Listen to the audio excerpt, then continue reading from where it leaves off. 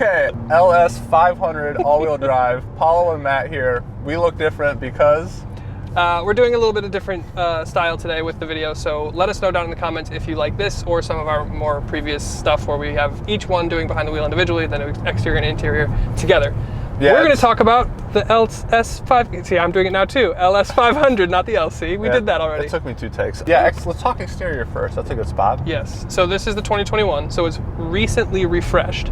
Yeah, they recently did the front fascia and the headlights and the taillights. And boy, it looks good. It looks really good. I think boy, it looks good. There's like really aggressive angles in the headlights and the taillights, and I really am a fan of the overall design. I think it looks really aggressive. Yes. I think it looks good. The exterior is awesome. Yeah, the way that the grille plays in with the headlights, it's like, it's not overdone where you could argue that something like the LC was a little bit over stylized, but again, that's their halo car. That makes sense. This is their, luxury limo flagship, so it makes more sense to have a more tailored and not tailored, but like eased back design approach. So the grille fits really well, the headlights fit really well. You've got this long hood, and then you've got a really, really nice red paint. I love the depth and the dimension that you get here. It's not some crappy cherry red, but it looks really good. Yeah, the color is good. You have 20-inch wheels on the outside on some run flats, which Dunlap, which we'll get into a little bit later. Yeah, so I like the wheels. It's got the kind of two-tone pattern, so I think it plays really well with the red paint, with that black and silver, and it just adds a little bit more dimension and aggression to the look of the car.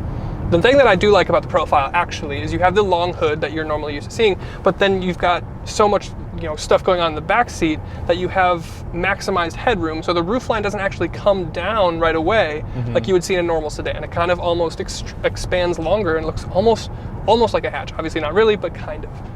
Now tell me about the taillights. Yeah, the taillights, I mean, again, I think that they're really aggressive and they're angled really nicely. The one thing I do like about this car is the exhaust exit ports match up with the rear bumper really well. So it's not like you have this really small exhaust port and then just like this open space around it. Yeah, so when we had the LC, it had quad tips, but it doesn't actually meet the bumper and that outlet. Yeah. I get what you mean. So like it looked a little bit funky, and this one looks a lot better. Yeah, exactly. I agree. I would agree. Interior? Yeah, let's talk about the interior. I mean, I think you said it last time that we're gonna abuse this word, and I think we're gonna do it again. It's so special in here. Yes. It's so comfortable.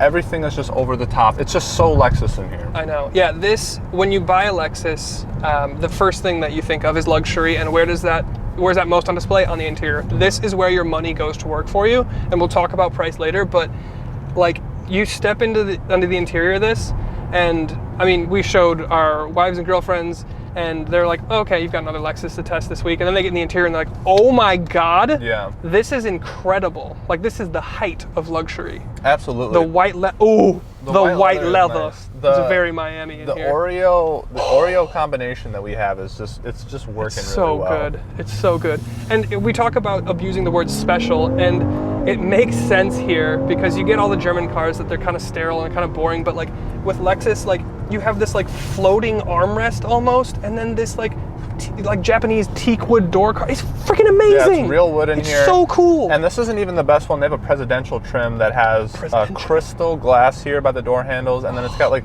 I think, hand-woven silk. That's so cool. On the door panels. I mean, they just go above and beyond to make it feel special in here, to make it feel like it's one of one. And they do a really, really good job of it. Yeah. Yeah, the suede headliner. Unreal. Having white headliner, it just it makes it feel so much more open in here. I feel more relaxed. Yeah. I feel less caged. It's really nice. I really like it. You have dual sunroofs. The back one doesn't open though, the front one does. Yeah. I wish that they went with the panel, but Matt kind of mentioned it's because they have like some mirrors in the back. Yeah. For the individuals it's the very like full size limo And then you also have speakers in the headliner, which I feel like only a frickin' Wrangler has that. Yeah, I mean, when you get up to a certain level and like certain size of vehicle and exclusivity, like you have, it's almost a game of how many speakers can you cram into here. Yeah. So you've got 2 here, 2 back there. It's insane. There's 23 total. It's insane. Like we'll touch on that later, but there's a lot. It's wild. The one thing, just aesthetically, I think that they could have done better is more ambient lighting and different color options. Like That's you can't true. like the S class from Mercedes-Benz. Yep. I love the fact that you can customize the ambient lighting for different Like moods 64 and different tones. colors, yeah, craziness. and like that elevates it. And I think if this had that, it would feel better to me than an S class. But right now it's kind of just like, man, you guys just really missed an easy, like that just sets the mood, ambient lighting. Yeah, I agree. And to only have one color and like it's not even really on the dash. No, it's really just here by your your door handles. That is a downfall, I'll admit. Yeah. But yeah, should we talk about some of the features, tech features, comfort features that this thing offers? Yeah, absolutely. Let's cover the big one that everyone wants to know right off the bat. Apple CarPlay, Android Auto. Not wireless, but you do have it as standard in all of your LSs, as you would probably expect at this price point and as the flagship. Yep. Yeah, you also have, I think, one of our favorite features of this car is that it's actually got a touchscreen. So thank goodness, because the LC didn't have that. They just had the trackpad. Yeah, the trackpad. And I think that they're moving towards having both the trackpad and the touchscreen, and I think that they work really well together. I think the new NX that we saw in Chicago actually doesn't even have a touchpad anymore. It's just touchscreen. Yeah. And it makes so much sense. Like how many videos and how many years have we been dinging Lexus for having their stupid mouse and now their trackpad, which is like marginally better, but just in the touchscreen, it makes sense. Yeah. You have a few more buttons here to click on for your HVAC, for your climate controls. And then also like one of our pain points with the LC was to try and get into some of your seat controls was really difficult, but here you actually have a button that you can click to take you to your seat controls. But I still think that they could have done something a little bit better with that to let you know, like if your cooling seat was on or your heating seat was on. Like you still have to go into the screen. Like it should just be visually down here for me, or a button on my seat or something. Like again, they have a lot of open room here that they could have put it on the actual dash. I agree. In their like entry-level cars, their IS and RC, you have buttons. You have a button for heated seat, you have a button for cooled seat, you have a button for heated steering wheel. How hard is that? Yeah. It's not hard. Just do it. Also, Safety Suite is basically the latest version of Toyota Safety Sense. You've got your adaptive cruise, you've got your lane keep. It's really nice. It's not quite as good and like fully autonomous as like Hyundai's Highway Driving Assist, but we'll get into some of that driving stuff when I talk about that. Why don't you talk to me a little bit about some of the luxury stuff, starting with my favorite thing right here. Yeah, well, before I say that though, some of the safety features, like the other things that I really like is the heads-up display. It's like 23 inches long, they said. It's insanely big. It's huge. And it's almost distracting. If you have the lane keep assist, there's a little visual that pops up in your heads-up display, and that's something that I haven't seen in another vehicle. And it's just like really cool how much information you actually have in your heads-up display. But yeah, back to this feature here, the volume and tune seek knob is built in. The volume is like above it.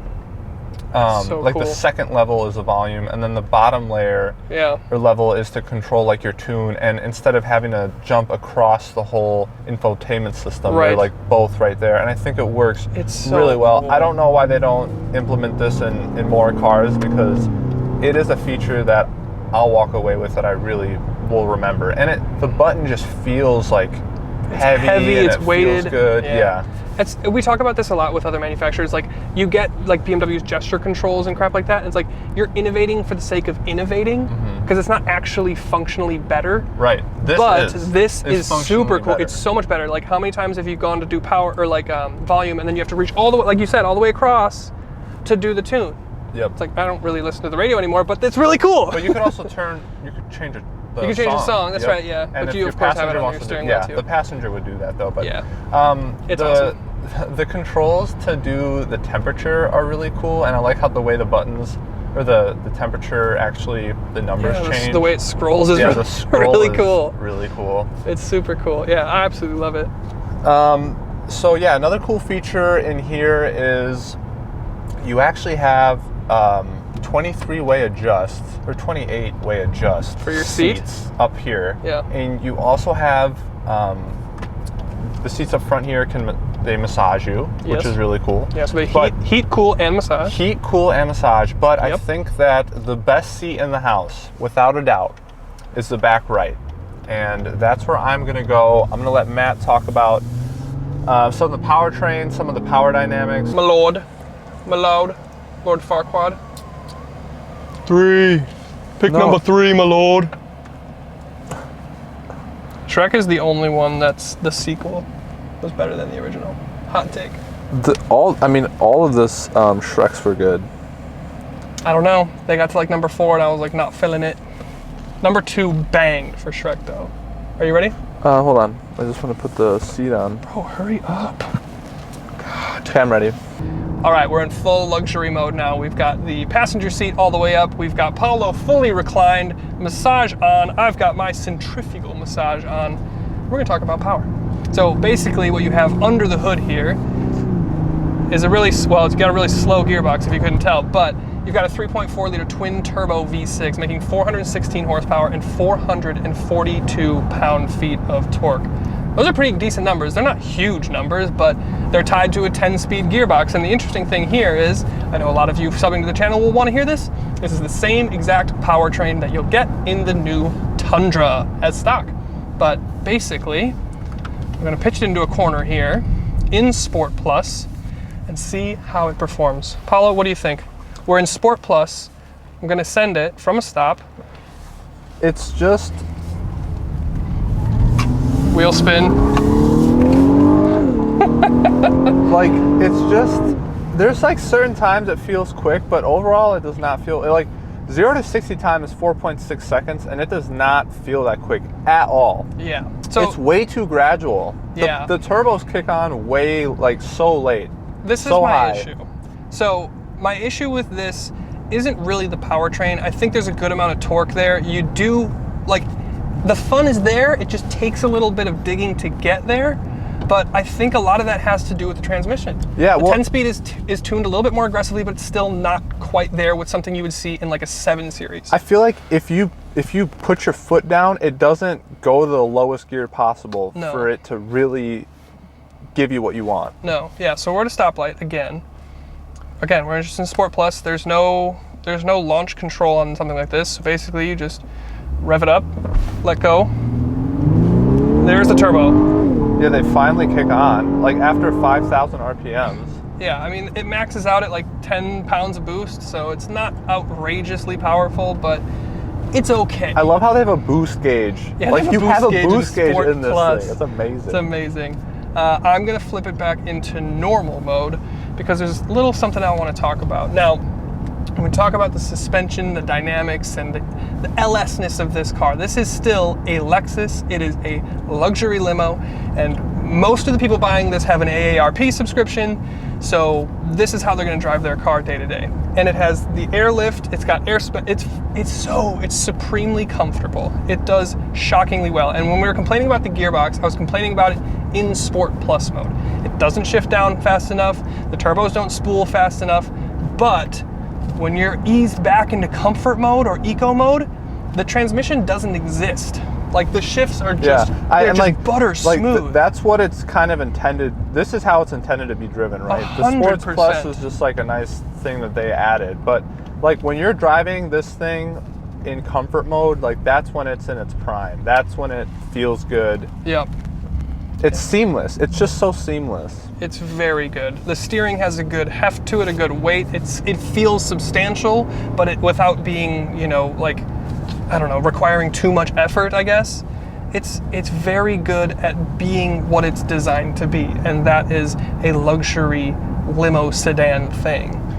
It's very good at that. Yeah, the one thing I did want to mention is cabin noise, and you can hardly hear anything in this cabin except for your tires.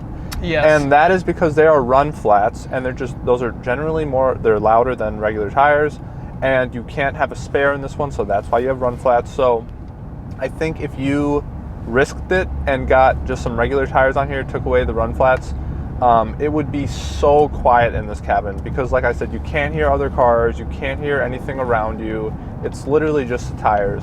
Yeah. There's almost no wind noise that comes in here. It's very refined. Speaking of sound, this is by far the most sophisticated sound system I've ever heard. Mark Levinson system. Yeah. Tell us about it, so audiophile. It's got like 3D sound, and yes. you know, that's kind of like a gimmicky thing, I feel like sometimes, but it sounds like really cool in here. There are 23 speakers, 2,400 watts. Yeah, we've been in several of these Lexuses with the Mark Levinson system, never had a complaint.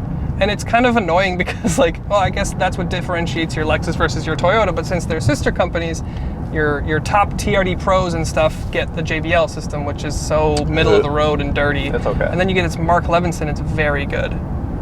Okay, so actually, now that I'm seeing you sprawled out back there, I want to know a little bit about what's going on back there, because it looks like you have a whole home theater. Yeah, so you have a touchscreen control here that you can actually control the audio back here, the climate, your seats, your shades, your lamps, obviously your heated, cooled seats. This seat has the most, I guess, functionality and opportunity to actually lay out, because obviously the front right passenger seat can go up all the way, so you can actually kind of unwind a bit more and lay more flat back here in this back right seat. Yeah, I mean, like, you're full reclined. Yeah, no, feet up. And it is just like so comfortable back here. That's awesome. Yeah, I mean, in the presidential one, you have TVs on the back of the front seats, and you would be able to control that stuff from this center console as well. But I mean, it's very, very luxurious here. Again, like, this is why you have the car. Ideally, you have someone else driving you around in it. Yes, fair enough. Okay, now with that, I think we've covered most of everything. I do want to talk about price, because I think it's important. Now, the main competitors to this thing are the Germans. So you've got your 7 Series from BMW, you've got your A8 from Audi, and you've got your S-Class from Mercedes. Those are the main competitors, your conventional competitors. All of those start at 10 grand more than this. So $10,000 more. Now, with the BMW, V8. With the Mercedes, V8. This and the Audi A8 come with V6s. Sure, twin turbo, but still V6. But this is still 10 grand less than the Audi. So, with it being cheaper, would you have it? Well, it's slower though, right? Yeah. Well, it depends on what numbers you look at. But to me, I've driven a lot of these cars, and this definitely feels the slowest. I would probably go with the Benz, because I think the back seats are similar in how comfortable they are, and the ambient lighting,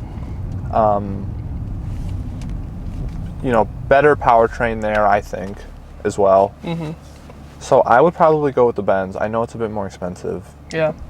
I think if my thought on it would be, if you don't care about driving, if you just want something to move you around in comfort, I still think I'd really have the Benz, because the air suspension and that, like, it's got like a magic eye thing where it like reads the road in front of you and adjusts the suspension based on what's coming. Yep. It's phenomenal. But this, I think, if I didn't care about driving, I didn't care about dynamics or performance, this would be what I would get after that. Yeah. It's a very good car. So I guess that leaves us with the final question on, like, who is this really for? Because everyone buying this basically is really old. So who is this ideally suited for? I think, like, it's not made for anyone under the age of 35. Like, I don't know why Well, you no. would buy it if you're in that category. Yeah, and I mean, most people under 35 can't afford something like this. I mean, this is a flagship, but that being said, how many people do you see on, like, Instagram or TikTok, these young millionaires that, you know, are selling Dogecoin or whatever they're doing, you know, they get the S-Class. They go to the S-Class because that is and has been positioned as, like, the benchmark. And Yeah. to be honest, being behind the wheel of this, I get why. It makes sense. The S-Class, sure, maybe it doesn't have, like, as funky door cards, but it does have better technology. It's got the ambient light, it's got the presence, it's more dynamically proficient. I would have the Mercedes over this. In general, I mean, I still think that there's, like, a really good community behind this car, Yeah. which is good to see. Like, It's a good car. Yeah, it's reliable. Your maintenance is going to be cheaper than, you know, some of your German counterparts. Mm-hmm. So that's definitely a selling point. Yeah, I think so. I think that's a good place to end it. So with that, thank you everyone for watching. Let us know if you guys like this format of us kind of yeah, both being on camera, both at in the the same car, time, yeah. and this style. And let us know if you want me to get driven around more often, because I liked it. No, do not let him know that. But we'll see you next time.